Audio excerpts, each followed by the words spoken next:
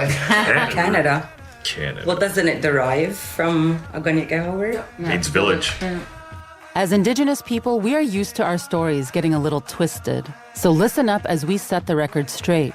I'm Ganyahtiyo. Please join me as we hear from dozens of Indigenous people. Together, we will decolonize our words and our minds on the Telling Our Twisted Histories podcast. You can find episodes on the CBC Listen app or wherever you get your podcasts. This is a CBC podcast.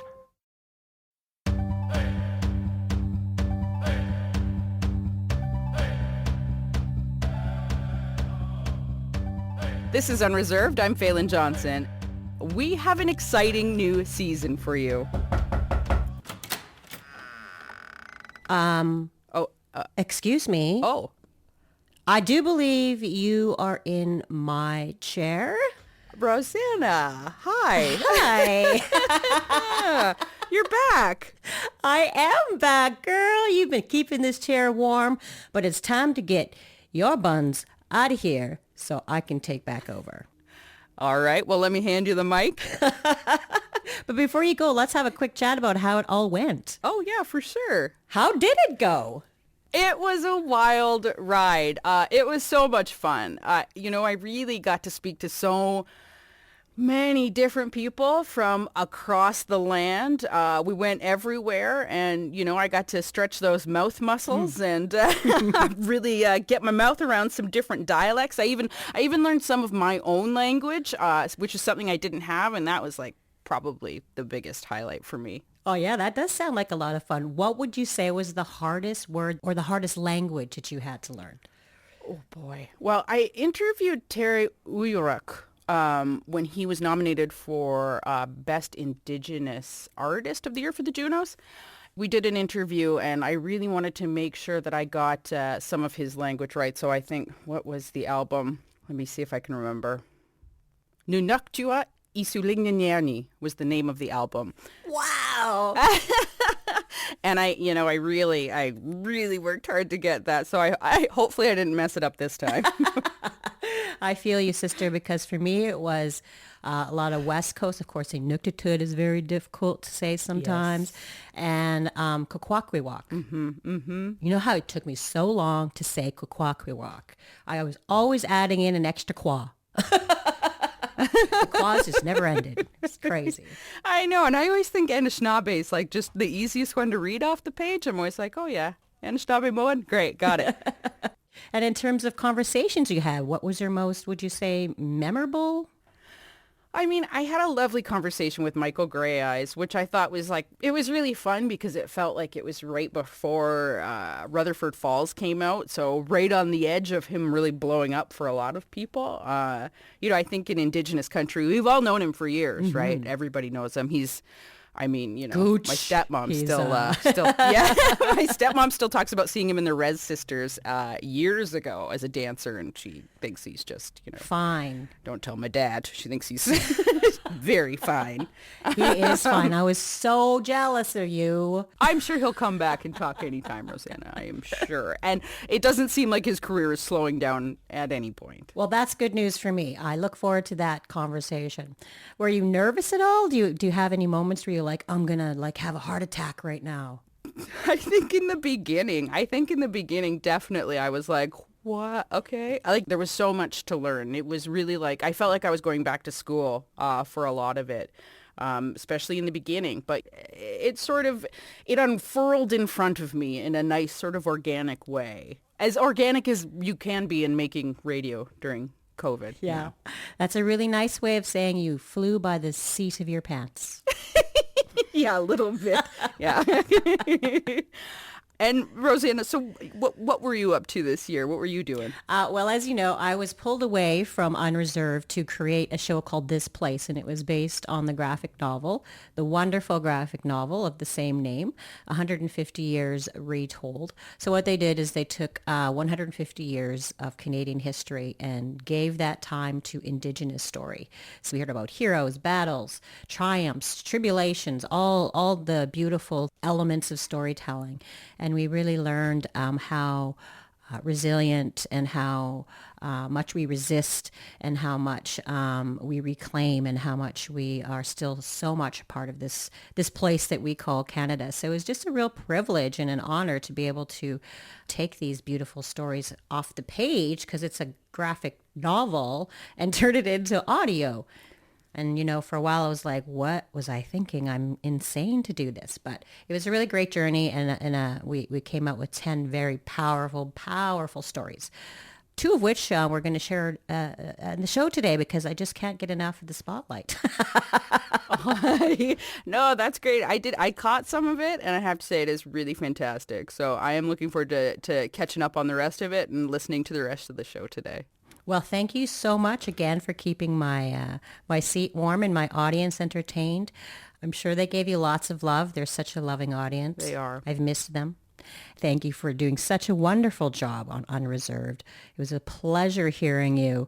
And now get the heck out of here. All right. All right. Well, you have a great show and have a great season. And I'll see you around the halls. Absolutely. Ah, that's better. Mic? Check. Chair? Check. Theme music? Check. Danse. Anine. Bonjour. Hello and welcome.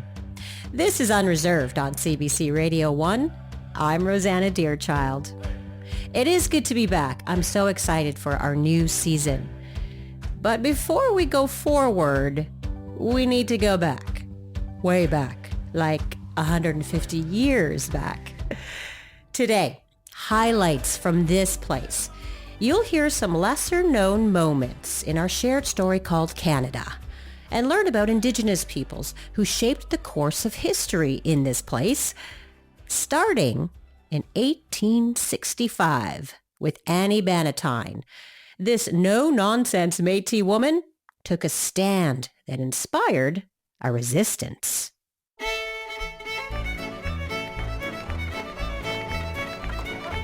Bonjour. Comme ça va? Dansez!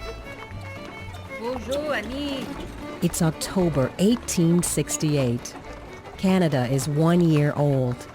Manitoba is still 2 years from becoming part of the Dominion, and what is now Winnipeg is still Red River. Built up from the muddy waters of the Red and Assiniboine rivers, the Red River settlement is the gateway to the west, and to Indigenous people, the heart of Turtle Island. Horse-drawn carriages and Red River carts with squeaky wheels vie for room on dirt roads. Scottish, English, and French traders and settlers mix with First Nations and Métis peoples. Annie, a Métis woman, and her husband, Andrew Bannatyne, own a shop here in Red River. They often stroll the settlement's main street.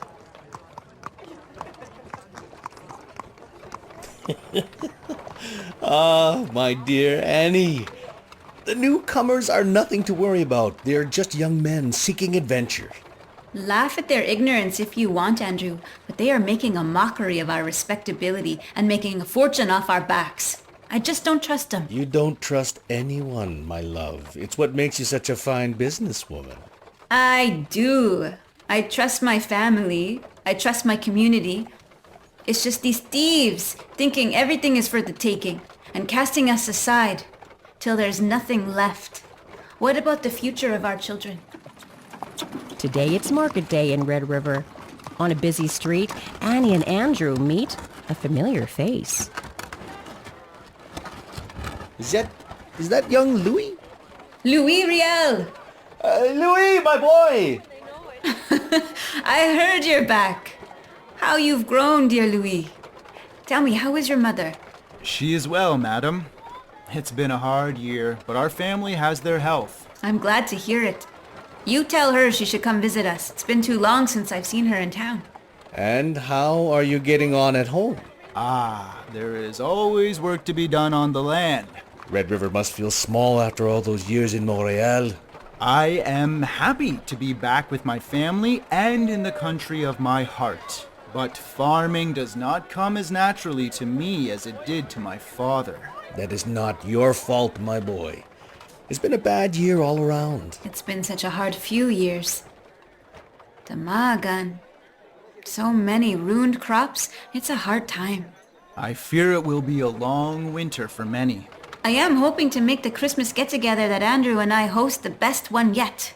We can get all the newcomers and their Canadian friends to help our poorer neighbors and enjoy some Red River hospitality. You are tireless, Annie. Anything for a party? Well, we need to do what we can for one another. Things can't go on like they have been, that's for sure. Did you hear about that road? They're building all the way from Lake of the Woods to here. Maybe that will mean good-paying jobs so that our young men can support their families. They're bringing in Canadians from Ottawa to do that work.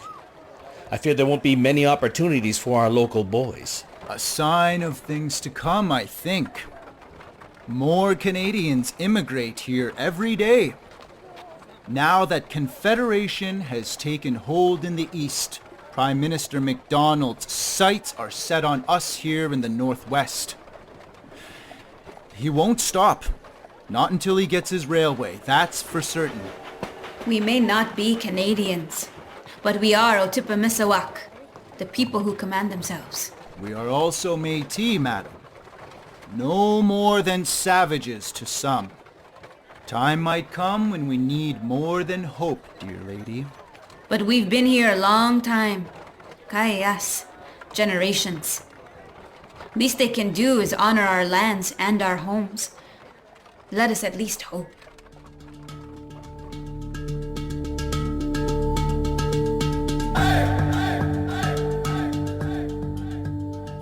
You're listening to Unreserved on CBC Radio 1, Sirius XM, and Native Voice 1. Today, we're playing highlights of This Place, a CBC podcast based on the graphic novel. Annie of Red River is about a formidable Métis woman who was the muse for Louis Riel's resistance. It's November 1868. Charles Mayer, paymaster for the road build, has arrived from Ontario. He is loud, cocky, and racist. He and his Canada First crowd draw Annie's ire. Andrew assures her that the newcomers will get in line, but Annie laments that they mock the Métis and are nothing but trouble. She would soon be proven right. From the desk of Charles Mayer. An account of the half-breeds of Red River. After staying at the Dutchman's Hotel, I couldn't stand it any longer and headed to Dr. Schultz for a few days.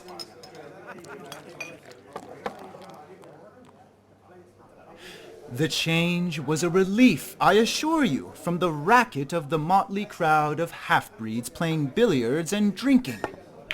They are everywhere here in Red River. Many wealthy people are married to half-breed women, you see, who, having no coat of arms but a totem to look back to, make up for the deficiency by biting the backs of their white sisters. The white sisters fall back upon their whiteness, whilst the husbands treat each other with desperate courtesies and hospitalities with a view to filthy lucre in the background. The country is great, inexhaustible, inconceivably rich. Farming here is a pleasure.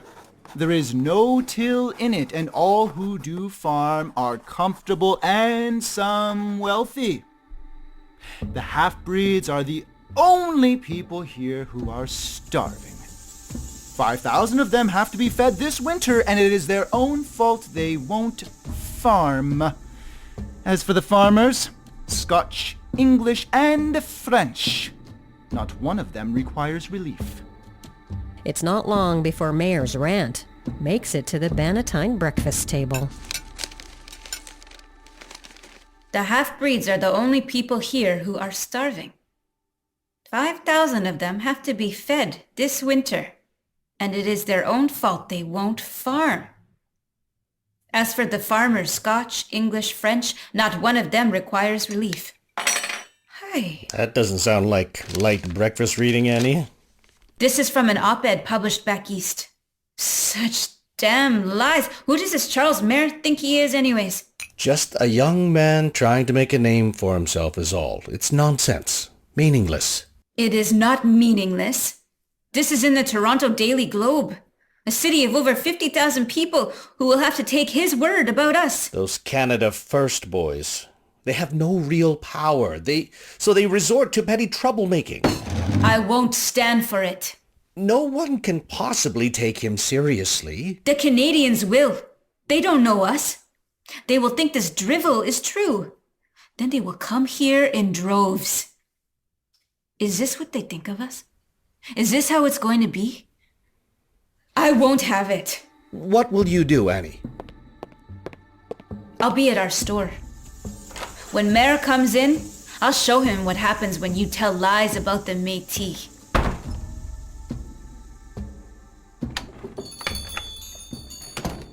Good morning, Mrs. Bannatyne. Dance, good morning. I'll be in my office.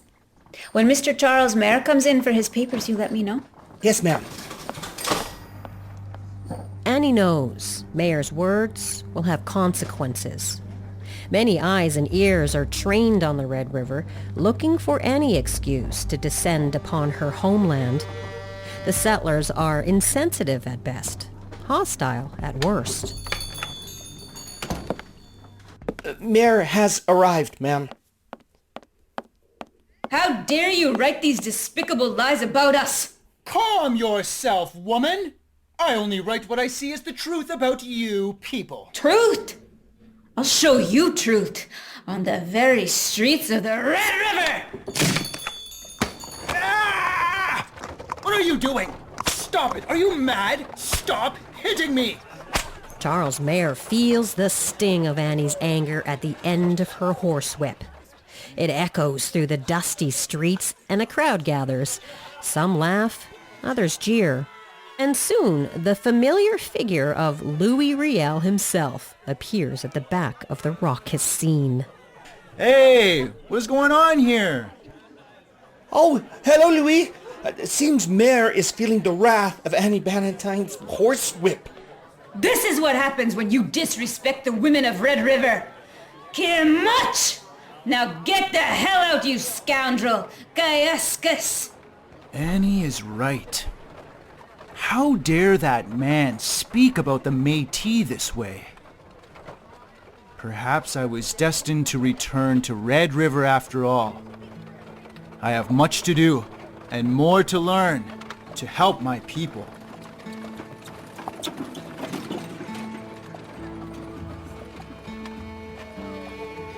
Annie of Red River is the first episode of This Place, sharing stories of Indigenous heroes, battles, triumphs, and traditions. I'm Rosanna Deerchild. Katharina Vermette wrote Annie of Red River. She is also the author of the award-winning novel The Break and the graphic series A Girl Called Echo. She joins us to share more about Annie Bannatyne. Welcome, Katharina. Thank you for having me. Thank you for joining us. Well, you certainly got this book off to a bang, or a crack of the whip, as the case may be. Yeah, isn't that great? Oh, I love that story. It is. It's a great, great story. Beautiful, beautiful depiction of Annie Bannatyne. Tell me, how did you find her? Where did you find her? I was doing research into my graphic novel series, A Girl Called Echo, and just diving through all this golden age of the Métis history in the 1850s and 60s. And she just kind of comes up. She just like rises as this shining light. She had a very interesting life. She was the daughter of Andrew McDermott and kind of grew up in kind of affluence. She had a lot of like power, like self-power, and just like a lot of control over her life. And then she does this, like just takes Charles Mayer to school. And I love that. I love that story so much. When we came up with the storybook idea and Catherine approached me with it, I immediately said, I want this timeline. Like, I want the first. I want to talk about Annie. Like, she was just the reason I got on board. She was very exciting to me. And what was it about her or her story that really drew you in? Why her? Well, not only her, not only is she like this amazing woman who, like, I mean, aside from horsewhipping a-holes in the middle of the street, she also like was this incredibly community oriented organizer. She was a shopkeeper. You know, she worked very much alongside her husband, and worked for her father before him. And she organized so many different things in the communities. This was a time of great famine, so she organized a lot of drives to feed people, feed all kinds of people who were living in Red River. She was one of the instrumental fundraisers for the first hospital that ever happened in Winnipeg. Like, she was just a really empowered woman who knew her place in the world, and knew how much she was worth. And I was really attracted to that. I also really loved that she represented Métis people in Red River, pre-Canada coming in, where it was really known as the golden age of Métis history. Like, 3/4 of the population of Red River at the time was Métis. We were not only the majority, but we were in control of a lot of things. I like that she represented that time, you know, in such a great way. And she was just this kick-ass auntie. Like, I really love her all around. Yeah. When you say auntie, what do you mean by that? What role does auntie play in Métis cultures? I really think of auntie, and I mean, everybody has a different definition of auntie. For me, an auntie is a person who is, you know, an older woman, probably, you know, we were all Catholic over there, so she was probably a biological aunt to many, many little kids. But also, she is just a general auntie to the community. An auntie is someone who takes care of you. An auntie is someone who you give respect. And one of the things I made sure that I really wanted to put in the story is that she was an auntie, like a community auntie like this, to Louis Riel. And I think she definitely influenced him and what happened shortly thereafter. Mm-hmm. Now, the Exchange District in Winnipeg is, of course, a national historic site these days, with terracotta heritage buildings and warehouses and hip restaurants and boutiques. But take us back to 1868. I know you did a lot of research in what the Red River settlement would have looked like in those days. Can you paint us a picture? From what I understand, and I always feel like history is incredibly overwhelming, so I feel like I have a tiny little snapshot of a very big whole. Main Street was basically where Main Street is now, only of course it was a big, large dirt road. The center point of the entire settlement was Fort Garry, which was at the end of Main Street, along the river, so kind of where Broadway and Main Street are now. It was kind of the opening corner of the fort, which was huge and went over what is several city blocks now. Back when this happened, the Bannatyne store was roughly around where Bannatyne Avenue is now, which is really the heart of what is the Exchange District now. And this happened on shopping day. So this was when everyone kind of came in. You know, it was just this bustling community. There wasn't any bridges at the time, but there was a lot of ferries that were ferried over. You know, people probably pulled up on their canoes. There was tons of wagons, Red River carts. So like, you know, those squeaky wheels were probably heard all over. And they were so loud. Those wheels are so loud. Lots of horses, you know, kind of going here and there. And a lot of the people that came for shopping day didn't live very close. Anyone who, you know, wasn't all that well off lived quite far away by comparison. So over the river in St. Boniface or north towards like Seven Oaks area.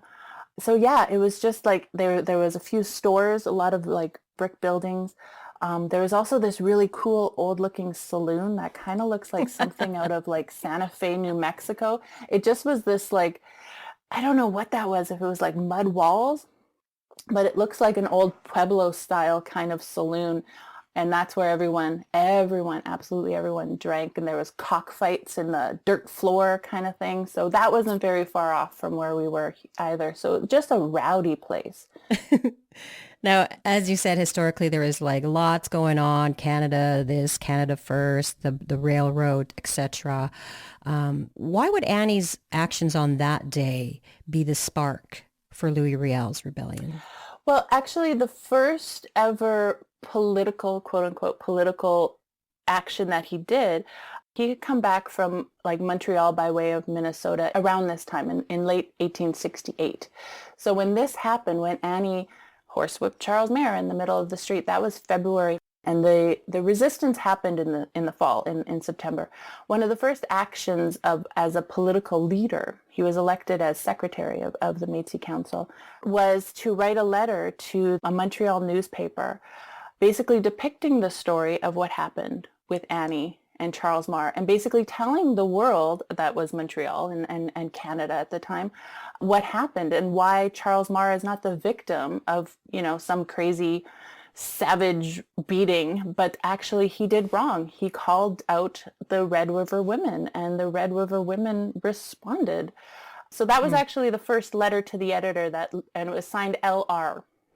And I should say it was signed LR, and it was never properly officially attributed to Louis Riel, but everyone believes that it was Louis Riel, and it was his first act of political involvement, which happened like literally 6 months before the Red River Resistance began in earnest. So really, I think he was definitely well aware of it. I think he was probably on the sidelines cheering Annie on. And I think he definitely saw that ability to fight back, that ability to see that this treatment was wrong, and the power to do something about it. I think absolutely it influenced him. Undoubtedly. I would say undoubtedly. And do you know if she ever faced any consequences for those actions, or what happened to Annie? I've never heard anything about consequences. I know that shortly during the Red River Resistance, which was when the Métis soldiers overtook the fort to try to negotiate their way into Canada rather than just be sold off like chattel. Around that time, Andrew, her husband, became quite sick. I believe it was tuberculosis. So sometime in early 1870, she went to Scotland with him and their children so that he could recuperate from his illness. She did live to be a very old woman. She came back to Red River, I think, after the resistance and after the trouble. She wasn't involved in it directly. She lived for a time in Saskatchewan. She is buried in the Kildonan Cemetery here in Winnipeg. And she lived into the 1900s. I believe it's 1904. So she did get to see her grandchildren grow up. I don't think she suffered any consequences other than, probably just a really great reputation. And I don't think anyone crossed her after that. I mean, just imagine those kids, hey? They're just like, okay, Mom, whatever. Whatever you say. Yes, Auntie. Right away, Auntie. Well, what an extraordinary woman she was. What would you like readers of the graphic novel or listeners of this Place podcast to take away from the story of Annie Bannatyne? For me, Annie just represented standing up for yourself. I don't advocate violence or horsewhipping people in the street. As much as it's a great story, it's such also a quote-unquote Wild West kind of story. But I always think that it's amazing when people stand up for unjust treatment and stand up to people who are talking smack about their younger friends. That's the kind of thing she represents to me, just standing up for yourself and your people.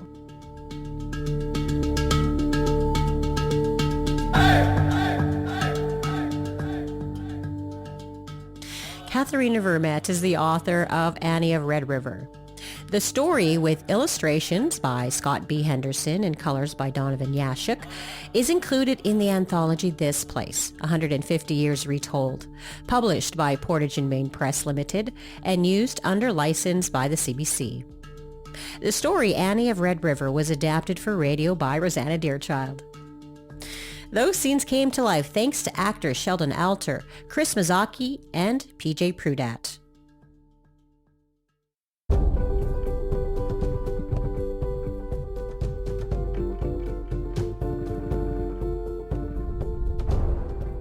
This is Unreserved on CBC Radio 1, Sirius XM, and Native Voice 1.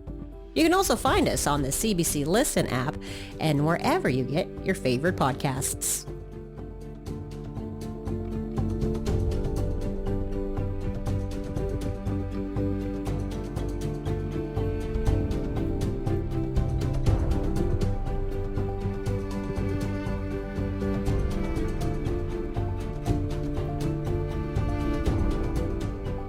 Our next stop through time is the early 1900s, a time of great upheaval for Indigenous nations. Red Clouds is the story of Wasakapakwe, who was possessed by the Wendigo, a hungry and greedy spirit. This one really gave me the chills. The story is set deep in the boreal forest of northwestern Ontario. The Oji-Cree people still lived by their own laws and customs then, but that too would change.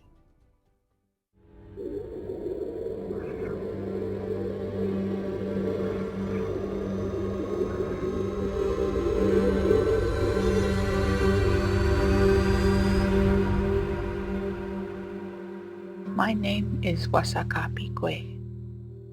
The Ogimau, the chief, is known as Zawanaugi Siko Kapau, the man who stands in the southern sky. I don't want my story to be about him, but our fates are intertwined.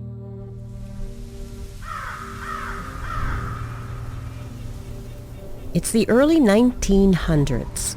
Canada is negotiating treaties with First Nations, which will forever disrupt Indigenous way of life.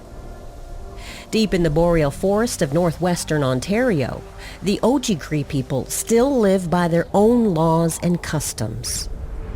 But like a sudden winter storm, change is coming. The hunger to feed the fur trade means game like beaver is scarce. A long, cold winter makes hunting and trapping even harder. The people are starving. Driven mad, some turn to cannibalism. It is said that red clouds in the sky warn of a terrible spirit. Some say its heart is made of ice. Its cry so terrible it leaves people unconscious. Its teeth, shards of ice that sound like a frozen lake as it cracks and shifts. On its head, razor-sharp antlers of a beast. The Wendigo terrorizes its victims.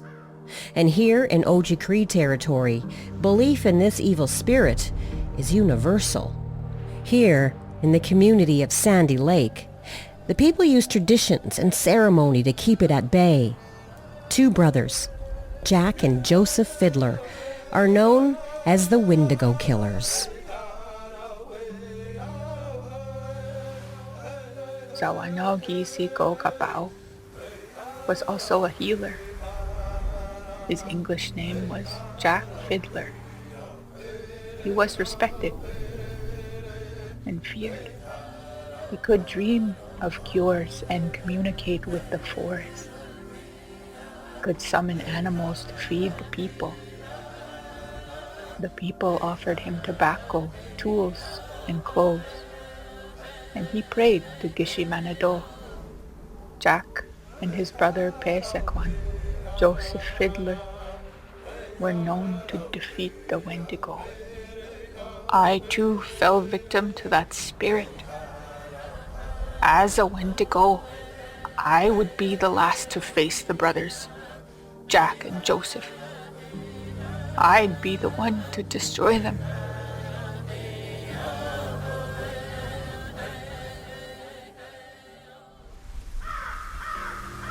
Before I became the white-eyed Wendigo, I was Wasakapikwe. This is my story. Our community was starving. My husband, Ninabem, and I took our son out into the bush to try and fend for ourselves. But there was nothing of substance to feed us. It's been weeks of eating pine bark and old leather. We should return to the long houses. No, Wasakapikwe. There's nothing there but other hungry mouths until spring. Our child is going to die. I will check the snares one more time. There was nothing in the snares. Weak from no food, he fell and hid his head. He died, leaving me and my son alone. It was then that the red clouds rolled in, bringing with them the vicious spirit of the Wendigo. The pain of losing Ninabem and the hunger I feel eating me from the inside out is nothing compared to the icy breath that whispers in my ear. I will help you. Help you. Take your knife. Feed yourself. I feel the spirit of the Wendigo enter my body and taste the flesh of my dead husband. With newfound strength, Wasakapikwe and her son make it back to the village. The dogs growl and snarl as she walks by, recognizing what she has become. Community members whisper that something is just not quite right about her. But following their custom, Wasakapikwe is soon remarried to Thomas Fiddler, the nephew of Zawano Gizigo Gabo, the Wendigo killer. Winter turned into spring. Spring turned into summer. I tried to hide the spirit causing my sickness, but it was getting harder. Look at them, Wasakapikwe. Your people, they are weak. They will all be dead soon. The Wendigo is relentless, terrorizing Wasakapikwe day and night. Slowly, it takes over what spirit she had left.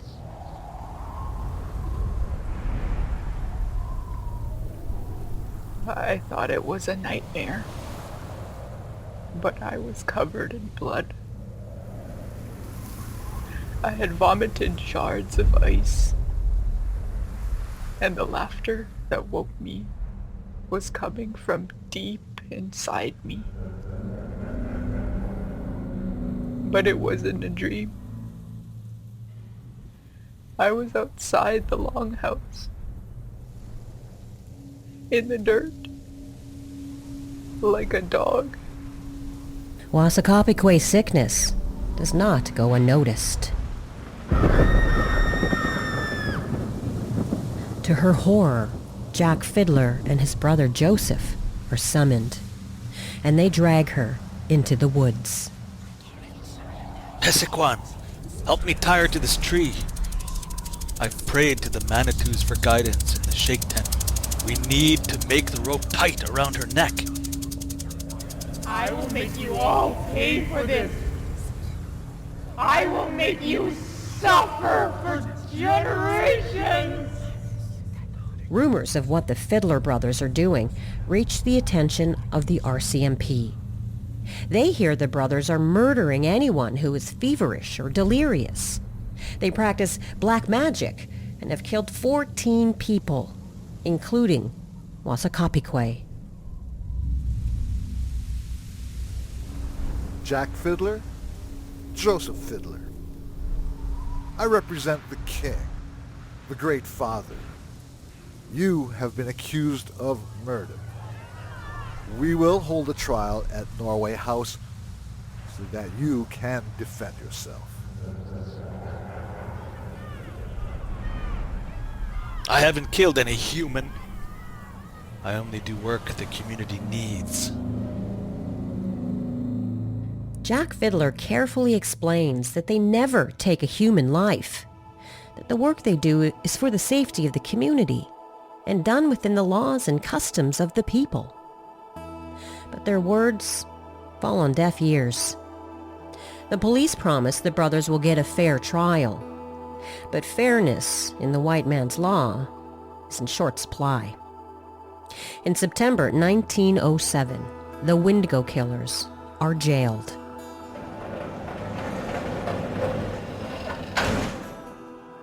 Brother, how long do you think they'll keep us locked up here?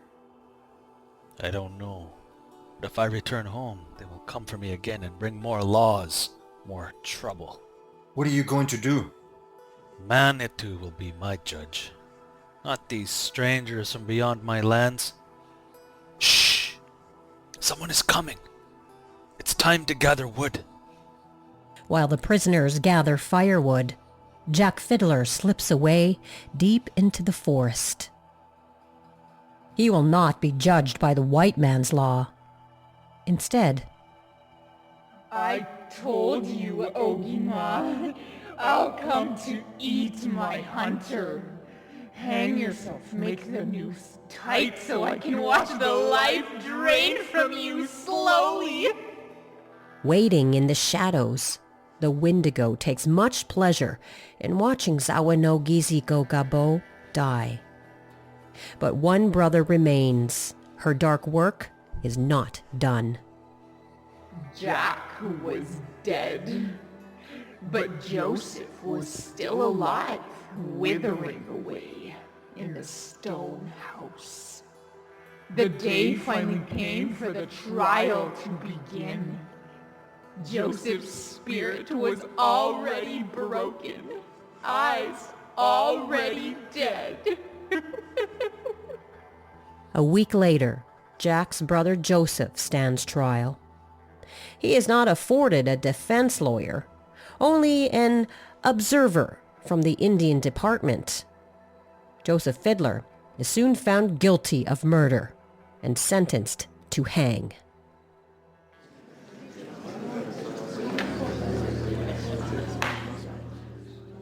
Who is the witness to this murder? Minawapawin. The whites call him Norman Ray. Norman. Who was it that took the rope and strangled the woman? Jack, and his brother, Joseph Fiddler. What became of her body after that? I dug the grave and put birch bark in the bottom. Then I got sticks and put them across the body and more birch bark on top of the body. I put earth on it. Joseph Fiddler, you have been found guilty of this crime. The law does not permit me to exhibit any mercy toward you.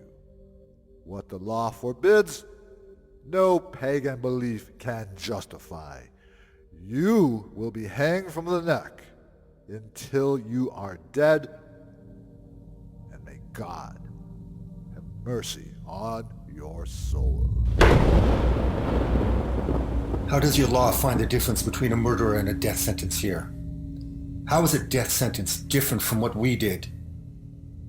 Joseph Fiddler is locked away in Stony Mountain Institution, where he becomes very ill. He has little chance of surviving another winter here, and so pleads for his life. Manitou, if you let me go back to my place, I will teach my family and the people the white man's law. I am sick now and can't walk, but I think I will live if you let me go home. But freedom comes too late.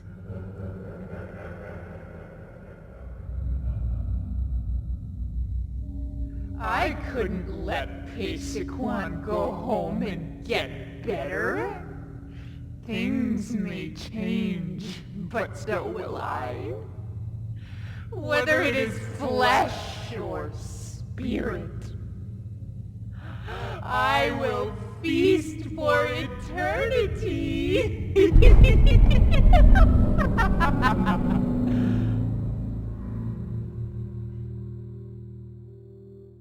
In 1909, Joseph Fiddler died from sickness before he could be hanged.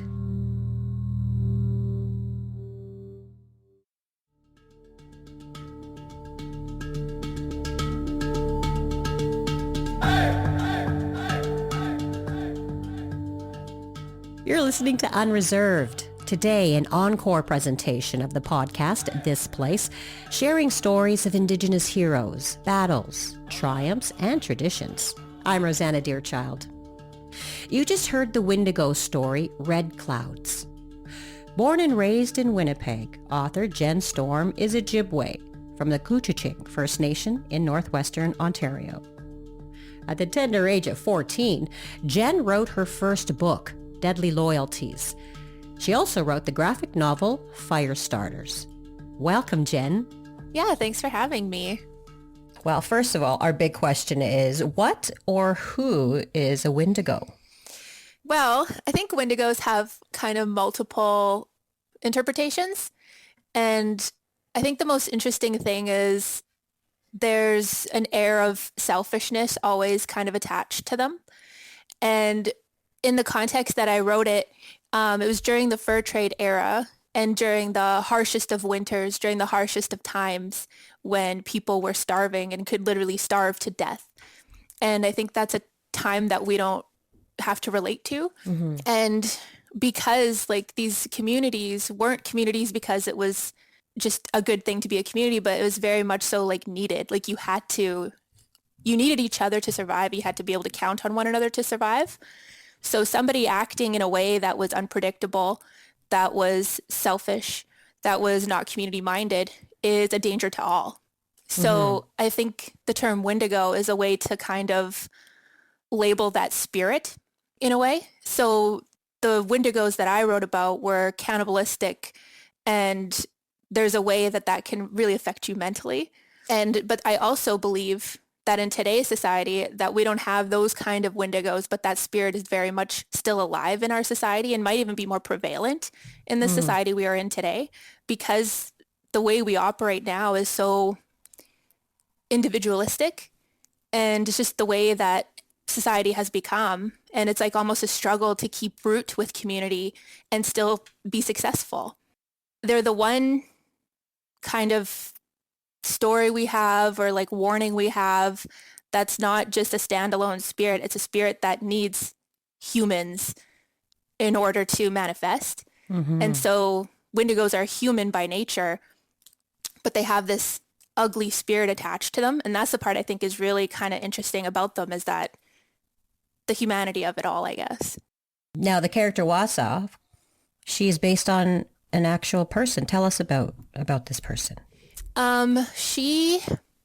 There's not much said about her, to be honest. Like, in the book, which I brought with me, Killing the Shaman, and it was a story about people from Sandy Lake and how they kind of have come to know the Canadian justice system mainly is the point of the story. But the undercurrent of it is very cultural and talking about how cultures are very different from one another, all those things. But this woman, there was not much said about her other than she was the last Wendigo to be killed by Jack Fiddler, and the one that he went to prison for. So why then did you want to tell Wasa's story? What was it about her situation that drew you? Her point of view to me, because James Stevenson and Thomas Fiddler told this story very well from the male perspective. And it's a story that's already been told. You know what I mean? So I didn't want to retell a story from the same perspective, for one. But also I believe that we've all realized that female voice is missing from history. Indigenous female voice is missing almost entirely. And in a lot of cases, like even as I was reading through books and like online, like a lot of times they don't even name women that are photographed or referred to. Like you don't know much about them at all, like what their clan is, what their quotes are, what their individuality is. It's kind of like, here's a group of Ojibwe women from Northern Plains. Insert, like, you know what I mean? And then but the men had more of a voice because they were representing, right? Which is unfortunate for everyone that no one asked women, but that happened to be the case. So I found it important to use female voice in this retelling, but also I wanted to use the Wendigo's perspective because it's always missing. We, like, even in our own stories, it best serves to villainize Wendigos because we're trying to warn against terrible behavior, and we're trying to warn against anything that's anti-society or something that's like anti your fellow man, because that's against our survival. So we villainize Wendigos. Non-Indigenous people villainize Wendigos, obviously. Like everyone was on the same page about Wendigos. But because Wendigos are born human, I was kind of like, well, there's a story there too, right? Like they don't start off that way usually. You're not born that way. usually. So that's why I kind of wanted to take the Wendigo perspective, because they've been so villainized. What comment or lesson are you making about the justice system and how it has treated Indigenous cultural beliefs like this one? Justice serves the community it is built in. When Canada was down here building their own laws for, settler life and all those other things, and what makes sense to them in a very large community, and they go up north, or they hear word come down from up north being like, hey, like, this old chief is killing people in his community. We should probably do something. And they're like, oh, like, holy crap, we should go up there and do something. Like, we need to save these people from themselves. Like, this is insane. And it's just like this whole perspective is different because you're coming from a totally different worldview and you're coming from a different life, and you don't understand, like, that even that part I said earlier about, if somebody's unpredictable, if somebody's acting selfishly, if somebody is, trying to eat grandma, you probably need to stop them. Yes, I would recommend it also. Yeah. So, like, let's say you're out in the middle of, the bush where, like, there's not really that many neighbors. Like, like, everyone's got their own justice system. Everyone has their own society, including us now as Canada. We have our own justice. We have our own society. We have our own rules and social norms and expectations. And so who are we to go into another country, to go into another place, because we're looking through our own eyes being like, that's weird, but we don't have the whole picture. Why do you think that it's important to share these stories from an Indigenous perspective, Indigenous stories about heroes and triumphs and tribulations? Why do you think it's important to share those stories with all Canadians? I think it's important for us to share those stories because we haven't, like, in our generation, like you and I and the people who are writing nowadays, I think come from a place where we didn't have those stories. Us growing up now, or now that we are storytellers and sharing what we know and sharing stories, and we get to put all that out there so that other students can, or not even students, young people, everyone, including people like that grew up in our era and didn't get to see that, but also did other work. Now they get to see that. And I think that's important for us to do, all of us to do. And we are so glad that you are one of the people that are sharing these gifts with us. Thank you so much for your time today, Jen. Yes, thank you.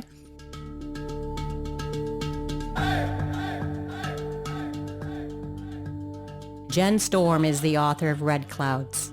The story, with illustrations and colors by Natasha Donovan, is included in the anthology This Place, 150 Years Retold, published by Portage and Main Press Limited and used under license by CBC. Red Clouds was adapted for radio by Jackie Black. Both episodes of This Place you heard today were produced by Eva Grant, Braden Alexander, Jackie Black, and me, Rosanna Deerchild.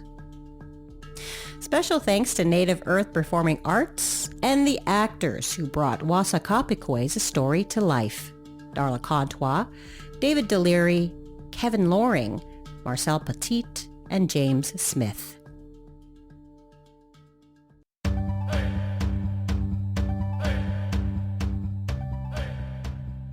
That's it for Unreserved this week. Next week, we continue our journey through time.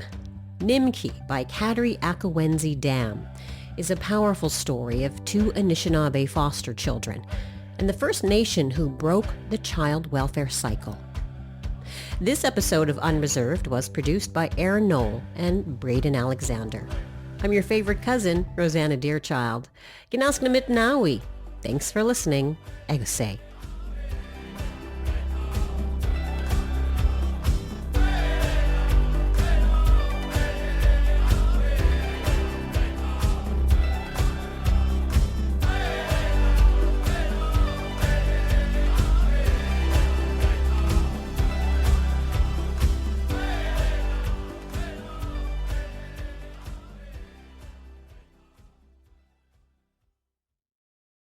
For more CBC podcasts, go to cbc.ca/podcasts.